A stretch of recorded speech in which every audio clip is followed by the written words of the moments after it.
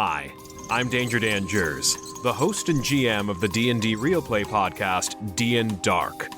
Join us on Wednesdays for an absurd, over-the-top comedy horror adventure, starring some of history's most infamous monsters. I'm Ben Magnet. I play Mary Frankenstein, our barbarian. I am Daniel Cruz. I am playing Imhotep the Mummy, our cleric. I'm Jordan, and I play Larry Talbot, a lycanthropic warlock. I am Grayson, playing Jack Griffin, the Invisible Man, the party's rogue. I am Aaron. I play the Phantom of the Opera, our bard. For more information, go to dndarkpodcast.com and listen to us anywhere you find podcasts. You've read the books. You've learned the rules. You've played the games. And so is your mom. Just making sure you're paying attention. Now, it's time for something completely off base. From the same guys who haven't done anything exciting yet are the Paladins of Podcast, Rob and Potato. Listen in as they talk about all things related to pen and paper games, challenge rules, and go off script. This is the high fantasy commentary you didn't ask for, but your mom did. This is the Epic Table Audio Show. What's up, everybody? Welcome to another episode of the Epic Table Games Audio Show with your Paladins of Podcast, Rob and Potato. What's up, Rob? Not too much, Potato. How are you doing today? I'm doing swell this early morning, cold and frigid. It is. Oh my God. I don't know why we do this so early. But anyhow, before we get too far into this, I'm going to kind of surprise you with it. I know that I've been tracking our listener metrics a little bit. And while we don't have a huge audience, I wanted to at least say thank you for those who do listen, whether it's one episode or every episode. It's just kind of fun to know that these individuals are out there. Yeah, that's awesome. And I really appreciate you guys. Absolutely. So it means a lot to us. And it's one of those things that helps us keep going because hopefully you're talking to people, trying to get them interested as much as we are. So you guys are really integral, even if we don't know each other face to face. It's important to both Potato and I. That's right. That's right. We really want to establish this community and have a lot of fun doing it at the same time. Yeah, I completely agree. And one thing, Potato, that I have noticed and I'm actively trying to change up is I talk really fast, and I don't mean to. It's just natural for me to just spitfire a million things at one time. Yeah. And it's funny because I realize it in a lot of our games that we play. We have two players that don't quite catch exactly what I'm saying because even though I enunciate decently, things are coming across too quickly. And I realized only recently that I said, damn, probably doing that in the audio show too. So, I'm trying to bring that back down. I want to talk at a pace that's comfortable to listen to, comfortable speaking, etc. Same here. When we first started, I was very self-conscious. Like, I need to slow down. I need to make sure I don't talk too fast because I'm also a very fast talker. Mm-hmm. Sometimes I can't help it. I hear you, and we get excited about a lot of things. So we're working on it. And Potato, I got to say, you do usually sound great in the final product. I am always afraid I sound too quick or very tinny, and we're trying to adjust that as we go.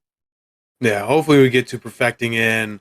That would be when we have, enough listeners to really make this thing pop off. It'd be great. For sure. And it's funny, too, because I was watching a YouTube video. Somebody was just getting started on D&D content recently. And his YouTube intro is phenomenal. His video quality is abysmal. And I don't make fun of him for it. I know how he's getting started. He doesn't have all the equipment that he wants. He's still kind of learning his way through it. And I looked at it and I'm like, it's funny because not because it's humorous, but because we're still in that same spot, getting better every day. That's right. That's right. I think we definitely are in the same boat. Yeah, absolutely. Absolutely. So we are on the rise. We wanted to talk about a little bit of things today that both are Paizo Pathfinder and Wizards of the Coast Dungeons and Dragons. Um, One thing I'm thinking about right now that'd be nice to mention as well is there have been a lot of conversations in some of the groups I'm a part of about why there's still an odd fascination or love for the TSR old school versions of Dungeons and Dragons. And it seems like a lot of newer people really want to ignore those because there's such a stigmatism about them, and there are rules for a lot of culturally and socially unacceptable things, as well as the history of some of the more notable players, and even Gary Gygax himself really doesn't have that social construct parameters that we have today. So it leads into the idea of also talking about how things are portrayed for this hobby in media and pop culture now. Is it something that's going to become more acceptable or portrayed better? Is it still just nerds in the dungeon that we make fun of? Yeah, I generally feel that it has blown up. I think we have a tallied 4 million people that are playing D&D 5e right now. So that is a lot. That is exceptional. I feel when it comes to the mainstream media, I'll even go as far as to say Hollywoodism. It is growing even amongst like the celebrities and whatnot. I know there's dozens of them that play together even.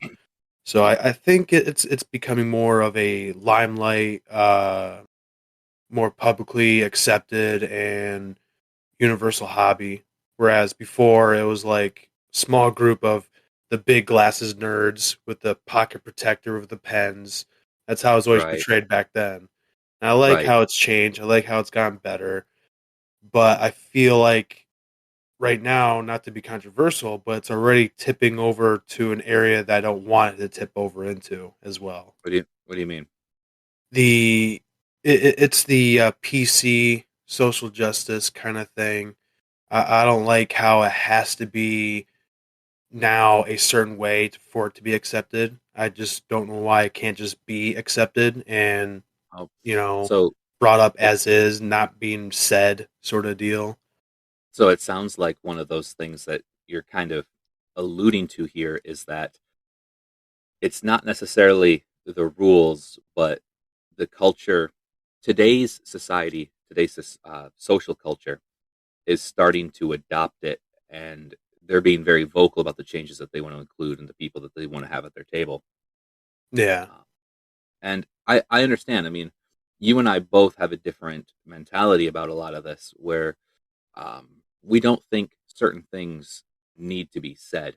And when we say that, it's because we already feel inclusive. We don't feel like we need to um, constantly talk about potential trigger warnings. We think that being respectful is already right there at the top of the list.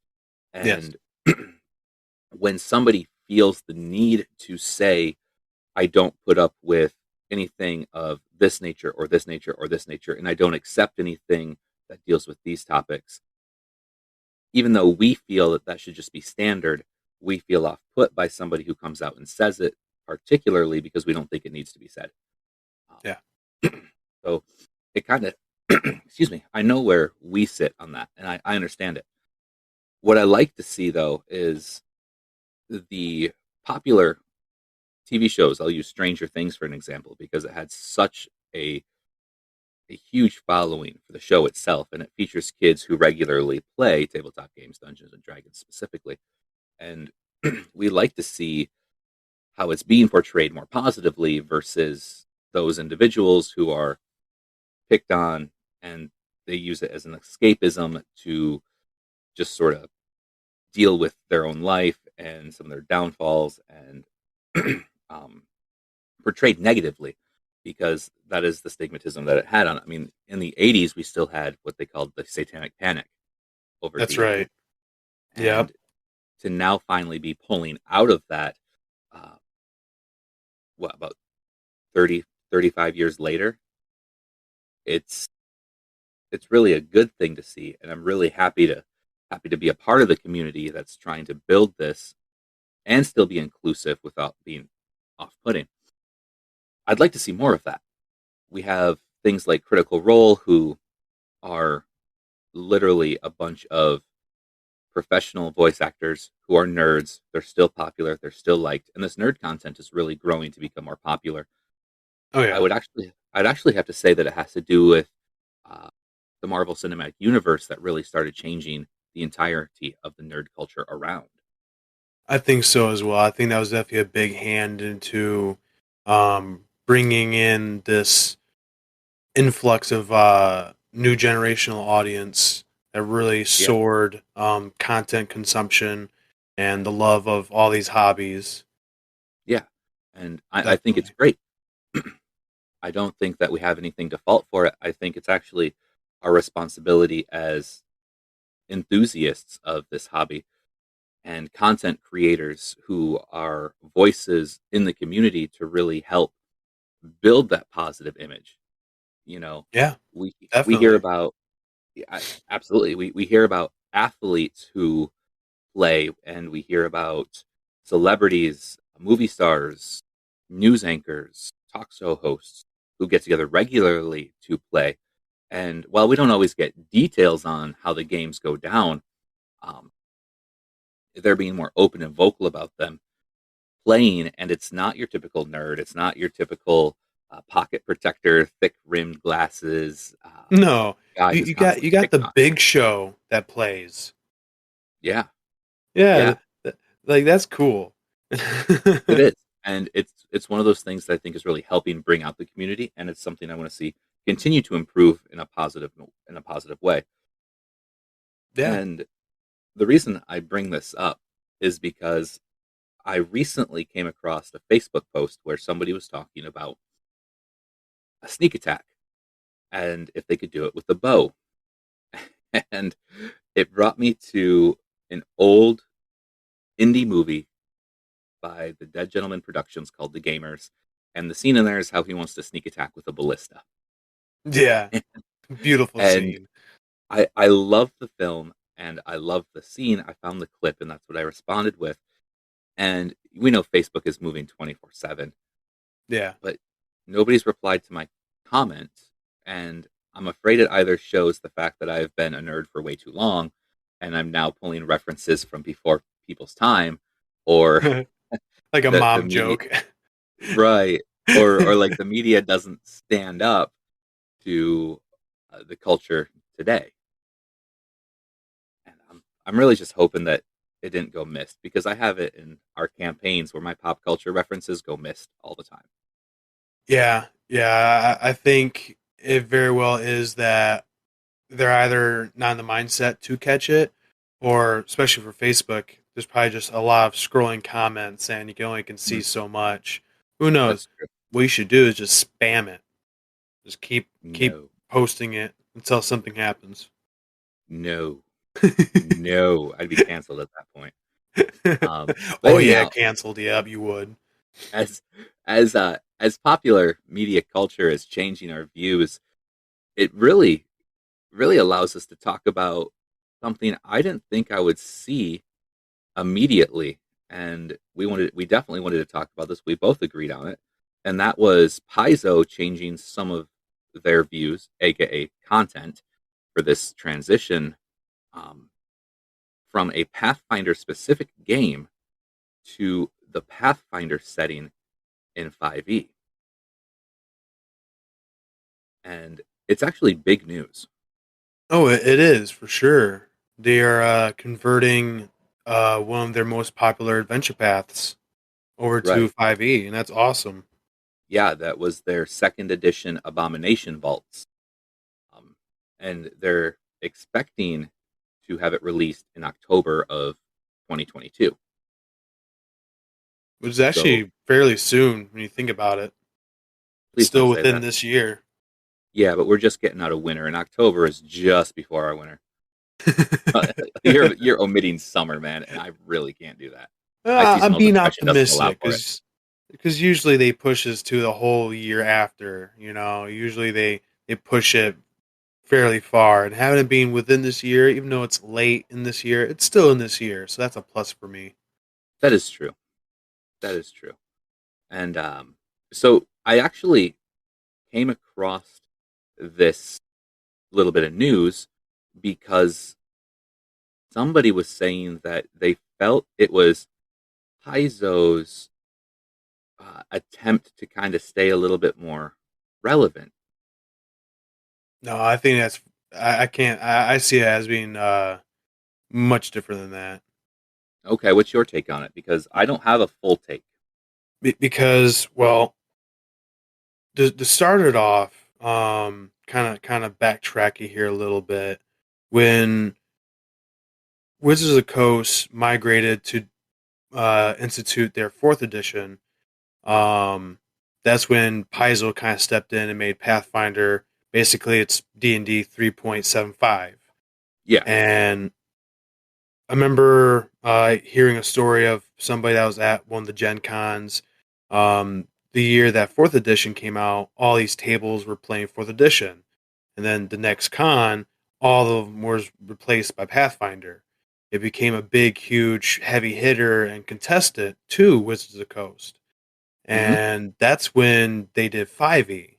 5e wasn't as much of, oh, we want to make a new system. It was more like a response to Pathfinder and to make a one and done system, which they've definitely excelled at. It's debatably the best edition that they've made so far, and they're not going to make a new edition anytime soon. I don't know if best would be the best word to describe it. I think it is the lowest bar of entry, the easiest to understand, and the absolute most welcoming to new players. I guess it'd be the most viable. I can use that. I can agree with viable because it's the world's largest tabletop RPG game. It That's does right. have the most members, and it is the one that so many more are familiar with. Yeah, and with 5e exploding the way it did, it made Pathfinder become more of the specialist player's niche. It wasn't as much of the common market, If you wanted to split it into like a margin, it's like before Pathfinder was able to take up 40% of the table. Now they're taking like 20% of it. And they're not like, losing profits or anything like that. They're still very successful. And then 2E came out.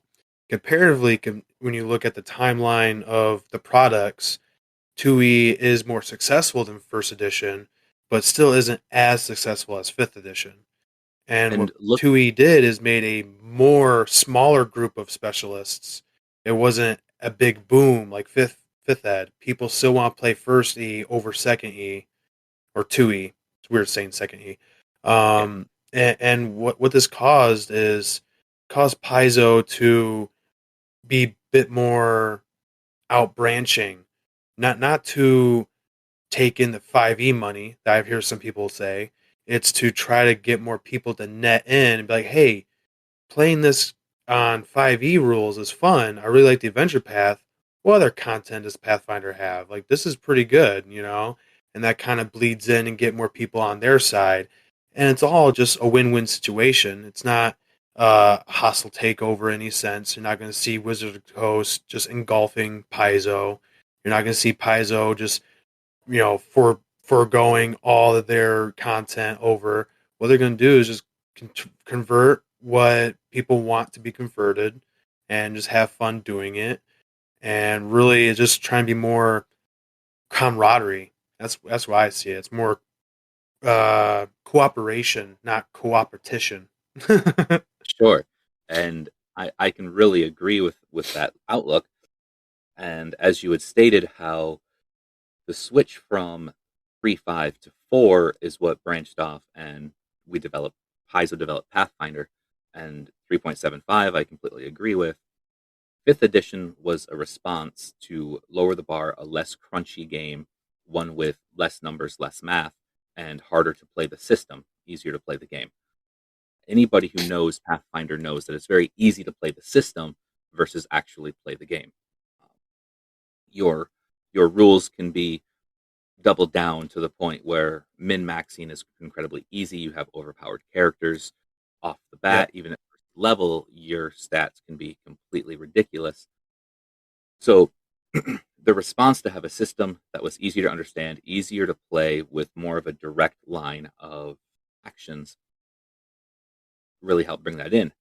It feels like second edition Pathfinder was almost a response to fifth edition's Dungeons and Dragons.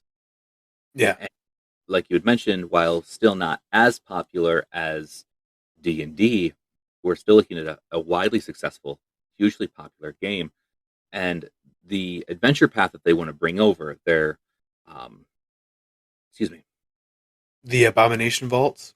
yes, there it is. I just had it on the tip of my tongue too, and because I wanted to say this, their Abomination Vaults came from second edition, and it feels like similarly they're not doing it to get into 5e like a money grab. It feels like they're trying to help pull people back into Pathfinder a little bit. Which I dig. I think is cool because it's one way to expand the community into a larger group of players who have a versatile knowledge of these games. I think That's it's right. way more entertaining when somebody knows multiple game systems versus just one. And it's actually funny because a lot of polls that have floated around, most people don't completely read the DMGs, most people don't completely read the player's handbooks. So we have No. these players and fans who still don't have a full grasp of all of the rules. I'm not saying that you have to. I mean, you have to have a vague understanding. But Right. um, I so know how many, to play, but I don't know the nuances. right, or vice versa. Some people know the nuances, but they don't know the general play. They've got a lot of this knowledge through experience, but their experience is so developed in a certain narrow field that the entire aspect can kind of lose them. Right. And I think what people have really been seeing as a difference between the two, especially fifth edition and first edition Pathfinder, is that those who really like a lot of the rules for everything that you could possibly do gear towards Pathfinder first edition because there are rules to include in everything. Yeah. Fifth edition really simplified a lot of it down to DM choice. And That's true too. I mean, it's it's a good thing, but it also can be an hindrance. right, and it's acceptable. There are a lot of times that even with a bunch of rules, you still just default to DM's choice because That's it's true. easy. Um, when you read a book where they really have that kind of built in, for those who come from heavier rules, it feels lighter, easier, and I don't think dumbed down is the best way to describe it, but it does feel like it was reduced to the most common denominator for a majority of players. Right. um, which makes it really interesting to bring this second edition Pathfinder adventure path into Dungeons and Dragons. And for those of you guys who are not super familiar with a lot of this content or excited about it, because being a huge Pathfinder fan and a fan of their modules, I'm excited to see it in 5th edition. It says, when the mysterious gauntlet, an eerie, landlocked lighthouse glows with baleful light, the people of Qatari know something terrible is beginning. Evil stirs in the depths of the Abomination Vaults, a sprawling dungeon where wicked sorcerer attempts to raise an army of monsters hundreds of years ago. The town's newest heroes must venture into a sprawling dungeon filled with the beasts and traps to prevent a spiteful spellcaster from rising again. This complete compilation of the original Adventure Path campaign has been adapted to the newest version of the world's oldest RPG. You've heard about the quality and depth of Pathfinder campaigns for years. Now explore the Abomination Vaults yourself without having to learn a new game system. Yeah. Very, very well put. It makes me want to play Abomination Vaults right now, you know? Right. And it's one of those things where, as we were just talking about it, the last line is explore the Abomination Vault yourself without having to learn a new game system. I think this shows a semi-mature response from Pathfinder and Paizo itself. Oh, It definitely. says, hey, we are here. You guys love this content. but you feel locked out of it because it's in a system you're not familiar with. It's a little harder to learn, and we acknowledge that. So we're going to help bring it over to something you are familiar with and you do know. Right. We do know that there's a lot of like fan-made conversions. People are trying to convert this to that and whatnot. Mm-hmm. And what they're doing is just hooking you up with something more prim and polish and a physical copy, not just, some chicken scratch or a PDF, made in Google Docs or something like that. Right. I definitely applaud them. I give them mad props. I think these guys are very professional, and I can't wait for more things to convert. And I would love to see is Wizards of the Coast doing the same thing, having some of their adventure paths, or what do they call their side adventure paths, or just adventures? No, they're adventures, campaigns, and modules. Yeah, I want Wizards of the Coast to convert a campaign over to Pathfinder rule set. Kind of bridging that gap even further, because I know that people have the same mindset there. Like, I want to play that adventure right there, but I can't because I don't want to learn fifth ed. Right. And as much as I'd like to see that, it actually feels like a bigger bridge to gap for WotC to go over to Paizo and to release content. And we can actually bridge that transition really easily to the next thing we want to talk about. But before we do, because we've mentioned the Abomination Vaults, I think that we should include the content warning that Paizo includes, because it's important. It's something that we've talked about before when it comes to consent of what you find okay and acceptable in games. Oh, that's right. A little disclaimer. And those who want to check out the Abomination Vaults, or those, whether it's for 2nd edition Pathfinder or 5th edition D&D, it does say content warning is while Abomination Vaults contains typical Pathfinder action and adventure, it also presents themes of suicide, ableism, body horror, and human experimentation. Before you begin, understand that player consent, including that of the game master, is vital to safe and fun play experience for everyone. You should talk to your players before beginning the adventure and modify descriptions or scenarios as appropriate. Beautifully well put, too. Very Absolutely. concise. And it's not something I have seen in other Pathfinder content. So I don't generally go looking for it, but I do like that it is visible, easily visible. It's there.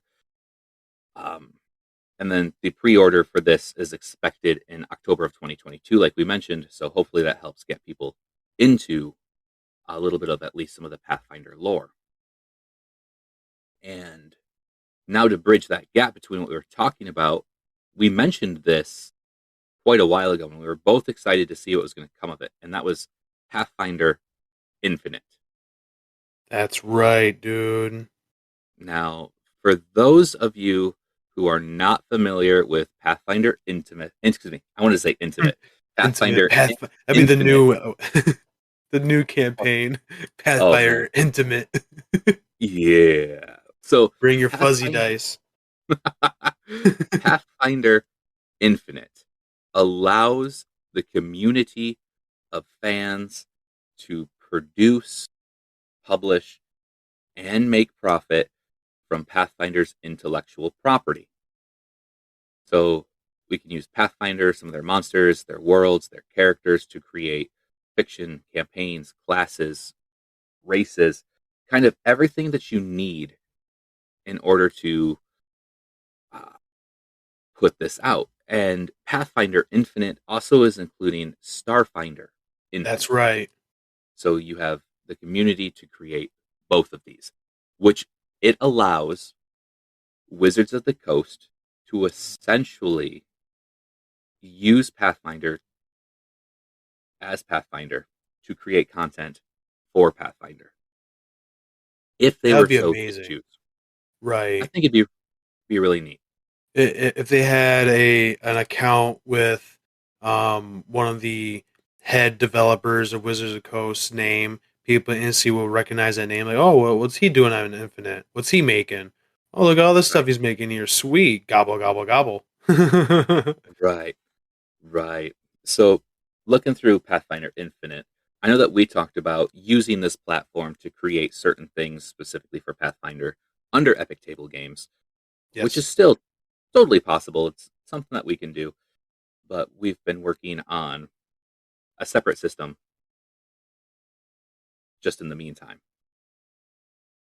Yeah, I I still love. want to learn more about the Infinite's guidelines, and I'll definitely would love to start making content and basically put what I've been having in my head and in my books onto this.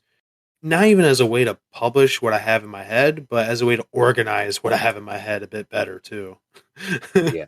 I was thinking about getting World Anvil, but it's been such a daunting thing. Oh, I hear you. I hear you.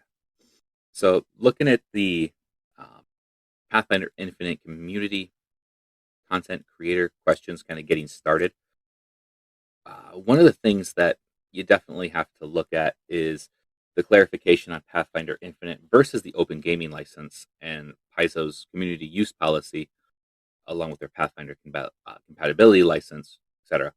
So that will help determine how you go about creating specific content, along with the guidelines of what is allowed and disallowed content from the Lost Omens setting.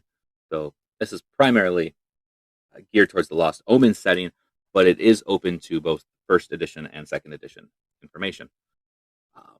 Obviously, you have your required logos, guidelines on branding, rules on cartography and stock art packs, other important guidelines that deal with the art side of that, and how payment works, queries about crowdfunding, how to donate proceeds, etc. So it's kind of the first step in individuals creating the content for this. This is where you're going to start. That's And right. I like it, and I also think it plays into what we had talked about previously about on the blog itself about third-party content. Yeah. So while a lot of this is technically considered published and compatible, is it still third-party? And is it balanced with the entirety of the rest of the game? Balance, that's only dependent on how much work the publisher put into trying to make it balanced. Other than that, it can be as unbalanced as it can, and it's up to you to tweak it as you see fit, really. Let's say they publish a new class, and you go through the class, you make your character, and you realize, you know what, this guy is very overpowered. It's up to you, especially the DM of the situation, to kind of rein it in if you really wanted to. Mm-hmm. Kind of like with the other third party, I think balancing is the least of the worries. I think it's more about what you're actually getting out of it. I can see that, and I know that we talked about balance before, and it's really the DM's discretion and ability to determine what is and is not balanced. So Right. having that flavor there works.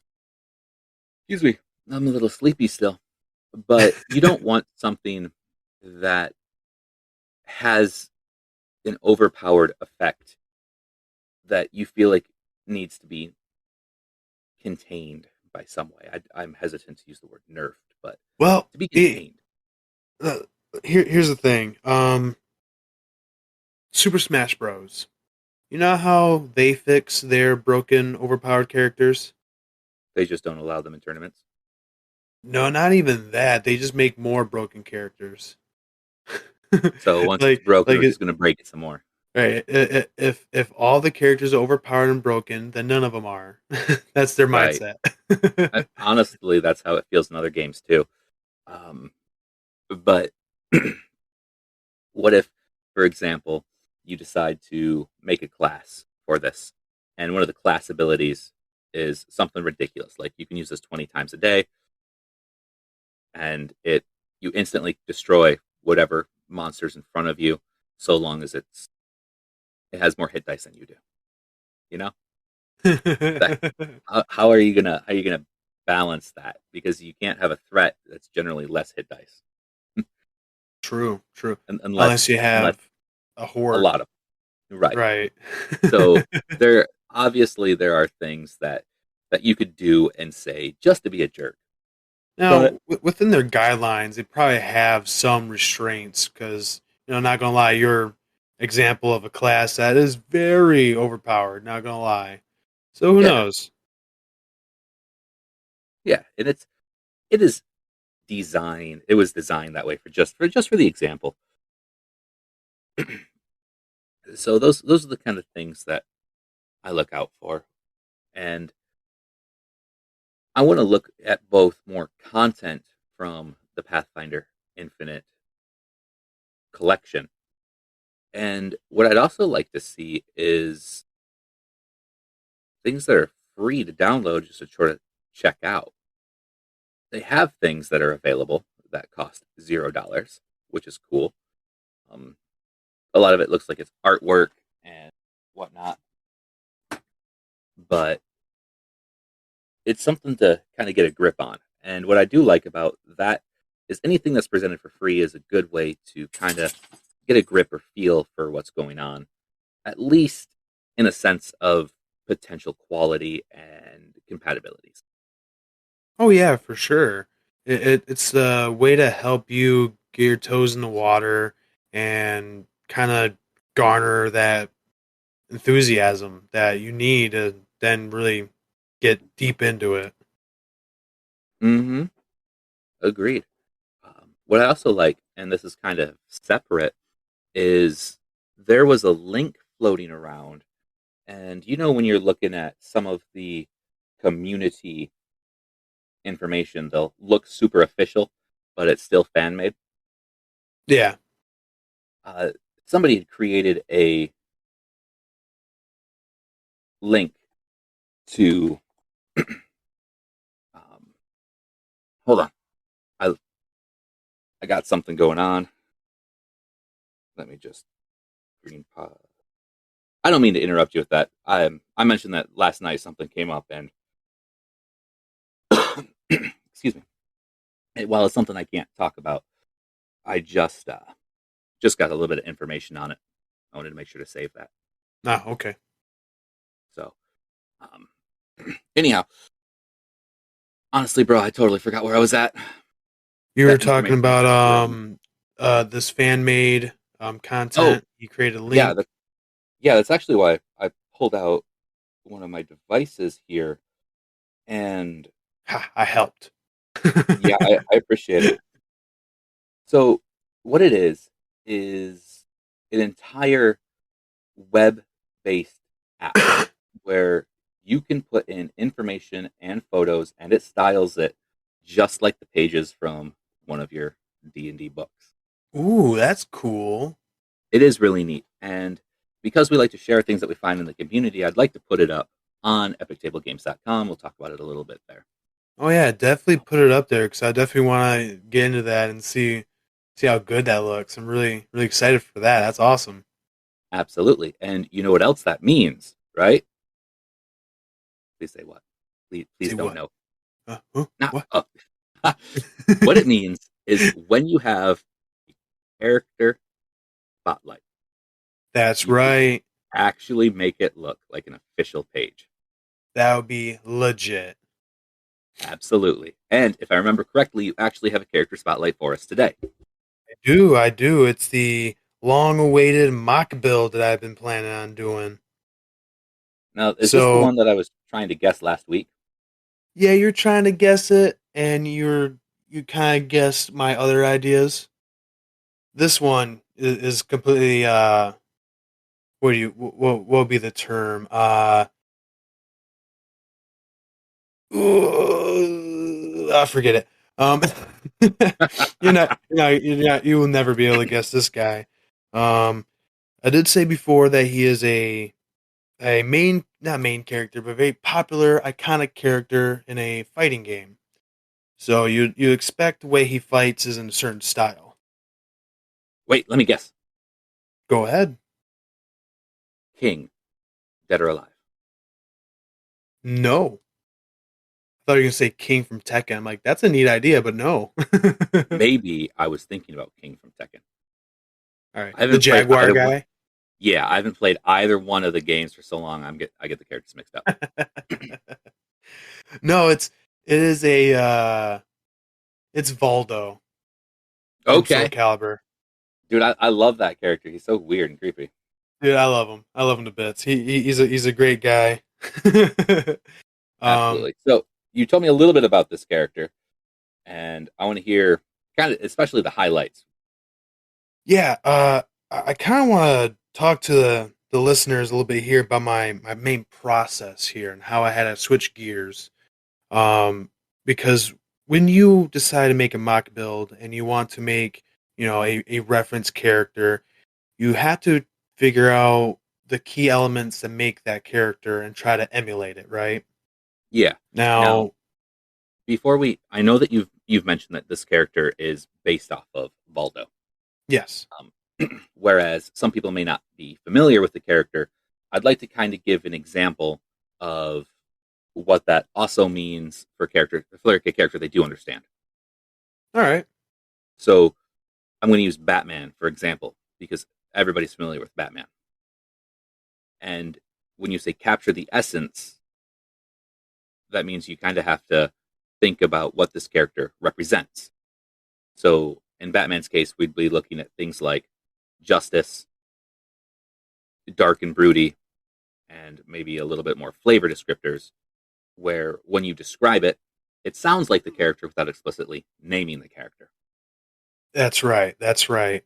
And that's the key thing too with the mock builds is that you're going to be leaning more on flavoring up certain mechanics of your character build. It's still going to be, rules as written. You're just going to call it something else or describe it as doing something else. And that's fine, especially with DM discretion. That's fine. But yeah, it is that you have to pick certain elements that you want to emulate, and that's how you kind of get in your head that you can role play with this character now. You're playing as, the embodiment of X character with Y abilities.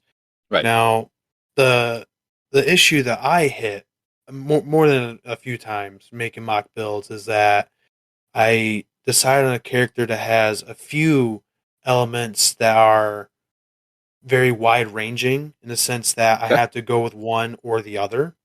Sure. And then when you focus on one and then you make the character and you look and you kind of step back and you look at it and realize that you've lost the connection to the character and you have to restart going with the other elements, essentially. That's what I had to do here.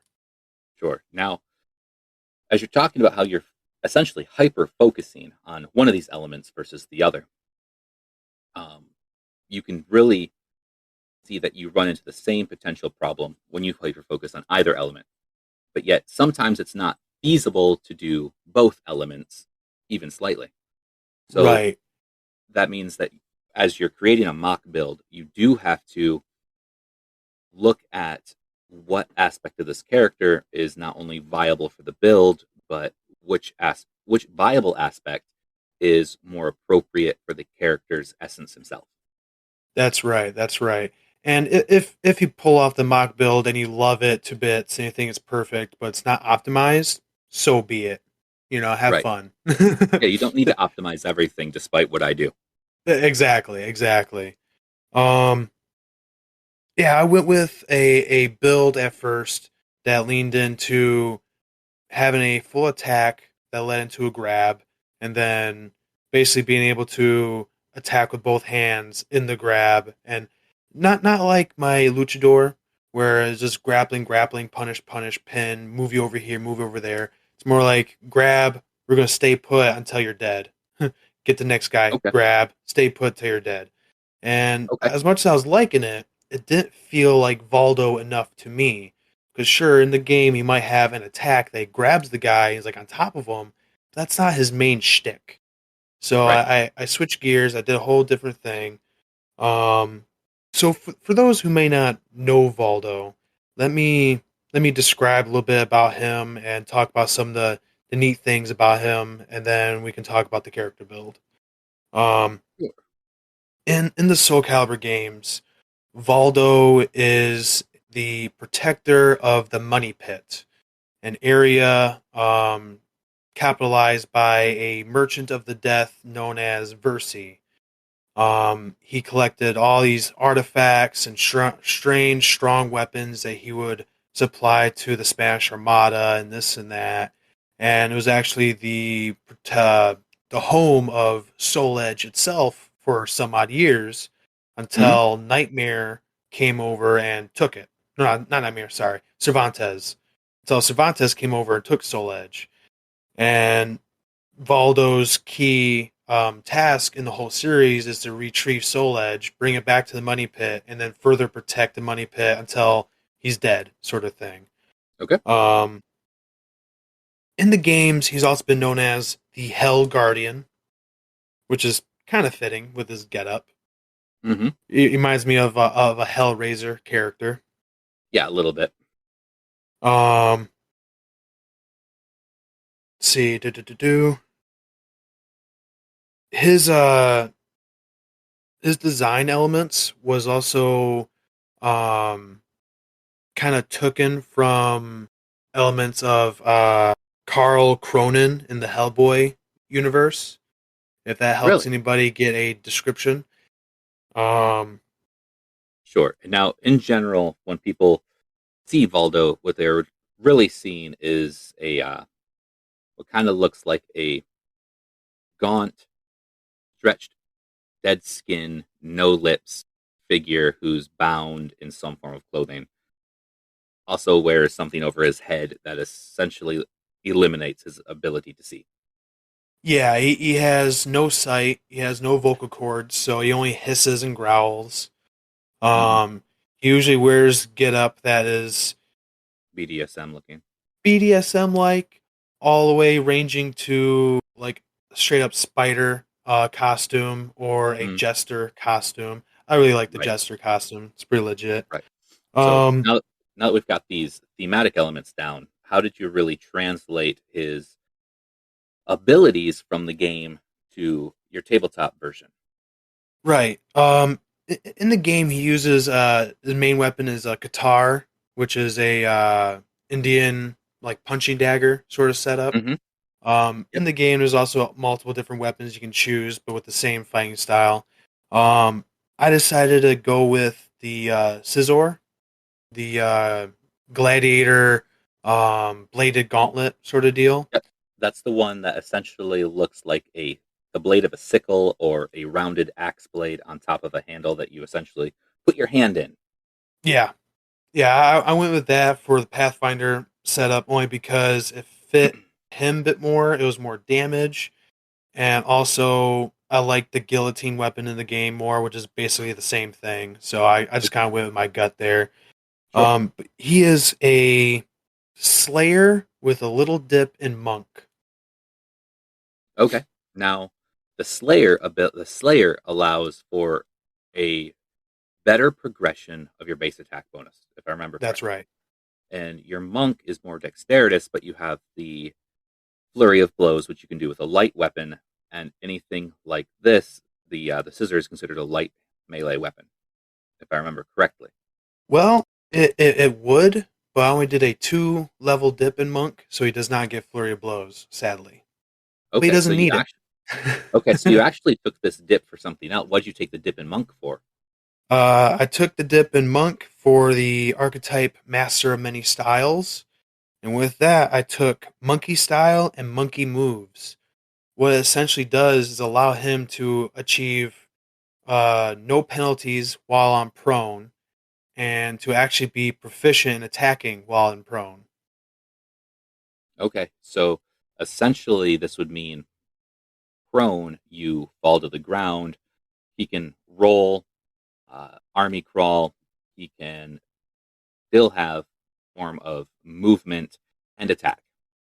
That's right. He can move at half his speed. He can do a 5-foot step. He doesn't incur tax opportunity from getting up, and he can do a full round attack while prone. Okay, so that is really, when you think of this character's movement in the video game, very similar to how he does spend a lot of time on the floor. He will roll, he will move, he will crawl. That's right. You can always, when the crawling, it's like that backwards crawling that he does. Mm-hmm. You know, it's very iconic because he is like a contortionist, so you can always flavor what he's doing, and that definitely works out for him, I think. Absolutely. So we know that we got the monk for the movement. How did we use Slayer to really get the flavor of his attacks and his essentially his performance. Right, right. So I decided to dual wield the scissors because the scissor is generally one weapon. So of course, gotta get your natural 2-weapon feats in there, which is great Now, because I was able to use the Slayer talents to get all those feats for free. okay, so the talents allowed you to fill in those feats because what we're talking about, if you weren't able to do that, is essentially a feat tax. Yeah, And that's usually what it'd be. And the easiest way to pay that would have been had you been a fighter. Right.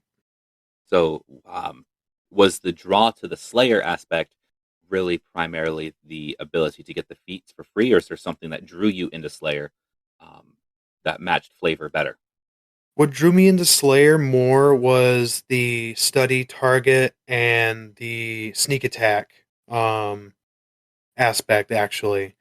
I wanted to get Blood Reader because I felt Blood Reader was a very meta way of like seeing the health bar like you would in the game, but Sure. ultimately I couldn't fit it. I mean, if I want to That's go okay. farther in the level progression, you could, but at that point, why even have it? Right. Now, where did we stop for level on this build? I stopped at level 15. I Okay. wanted to go to 20 again, but gosh, going all the way to 20 is so mind melding. It is going So to 20 much. is it's a big project, and it's definitely easier to understand when you're doing one level at a time over a period of time versus trying to coordinate 20 levels at one time, because what you're essentially doing at that point is trying to um, min max your character without min maxing your character, because as of right now, this character doesn't have a story to go to, so you're trying to optimize them to some degree. Right, right. And honestly, with Versatile all without these losing. builds, I usually build them up as how is he going to do in a one-on-one fight. I never think of Mhm. like how's the party makeup, how's the story. So Right. it's a And different way of thinking because I usually don't build that way. right.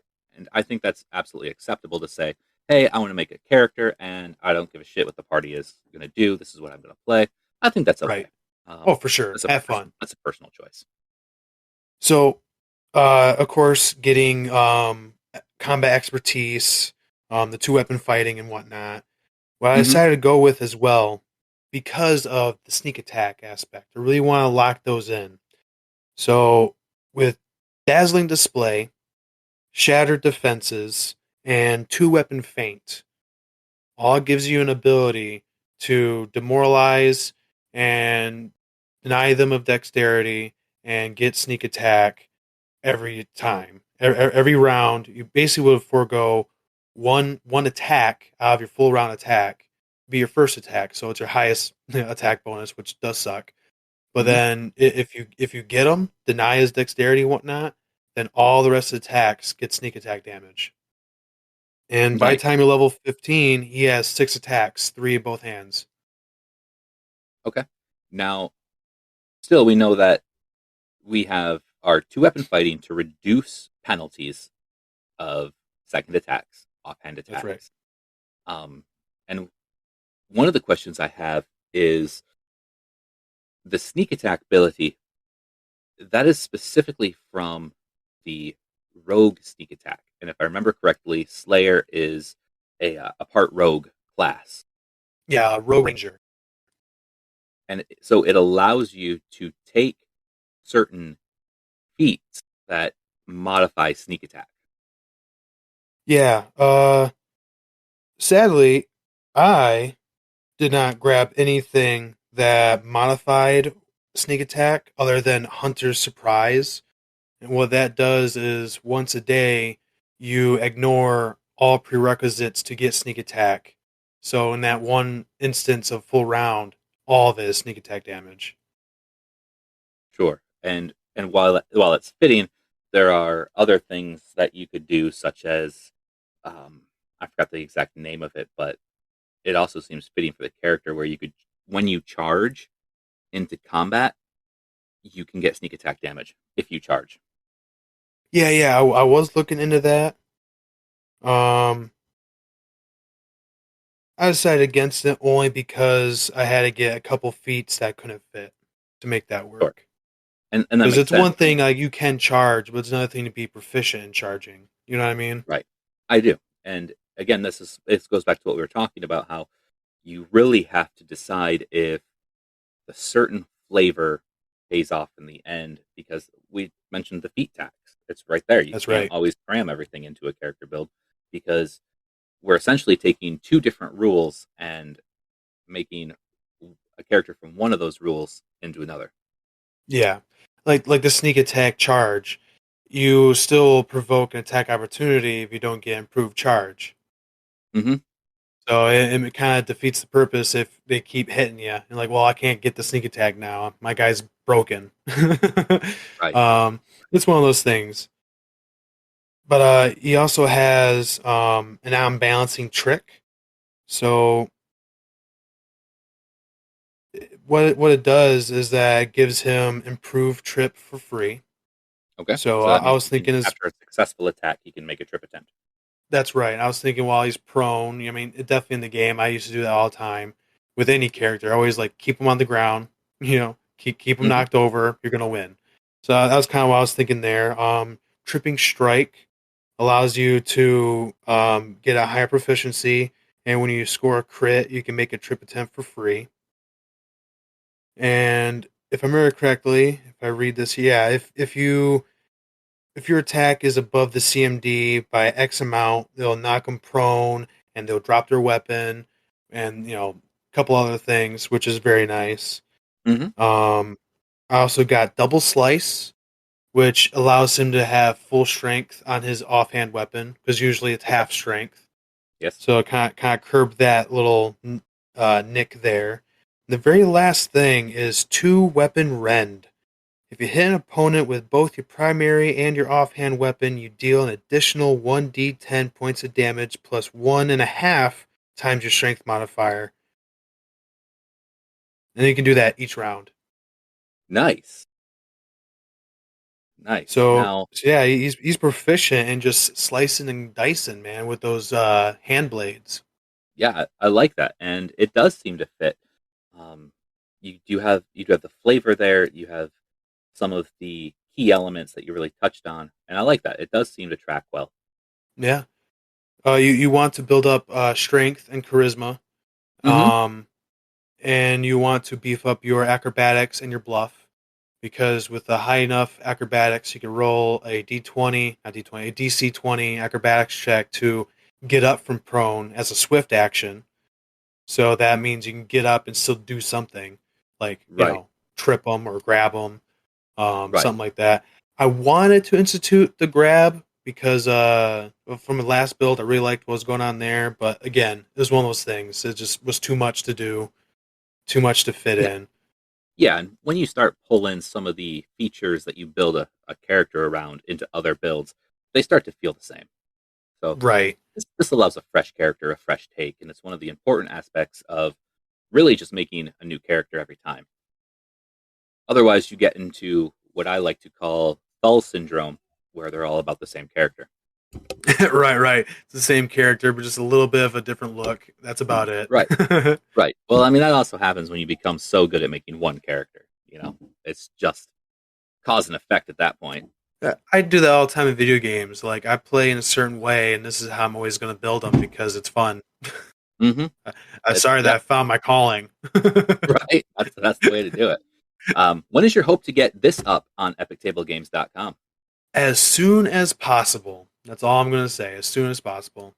All right. And now, because we changed the format of how that post looks, you kind of have to get familiar with the new back-end system. That's true. I gotta get familiar with the back end, and now with this new what was it called? Like a template from that? Yeah, we have the fan made guy. If I can get that instituted as well, icing on the cake. Right. So I'll actually send that to you. We'll post it on the website. And otherwise, we're gonna do this again next week, aren't we? Yeah, that's right.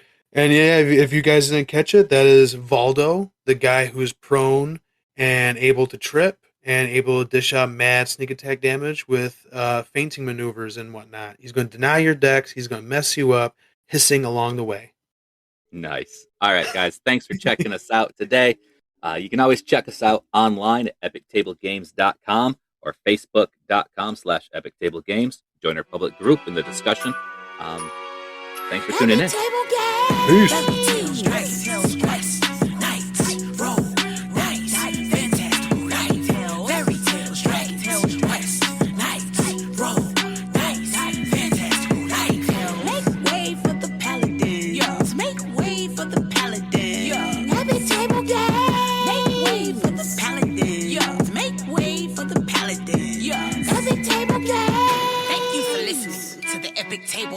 Show with the paladins of the podcast, Rob and Potato.